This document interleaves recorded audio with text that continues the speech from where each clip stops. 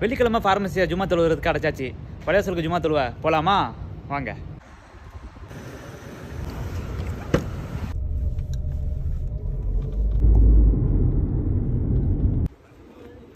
இப்போ பழையாசலுக்கு வெளியே இந்த மாதிரி பழங்கள் காய்கறிலாம் போட்டு வித்துட்டு இருப்பாங்க.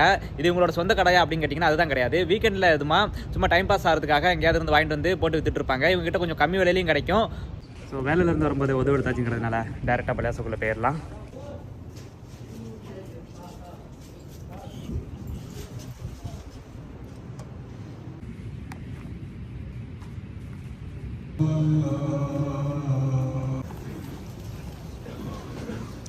ஸோ ஒரு வழியாக தொழுவு முடிஞ்சது. இப்போ ஃபார்மசி ஓப்பன் பண்ணி வேலையை பார்க்க ஆரம்பிச்சோம்னா, ஸோ நான் தொழுவு போனதை வீடியோட காட்டியிருக்க மாட்டேன். அது ஏன்னு கேட்டிங்கன்னா, ஒரு சில டைம் சில பேர் சொல்கிறாங்க தொழுவு போகிறத வீடியோ எடுத்து போடுங்கன்ட்டு, ஒரு சிலர் சொல்கிறாங்க தொழுவு போகிறதுனா எதுக்கு போடுறீங்க, உங்களுக்கு நன்மையே கிடைக்காதுங்கிறாங்க.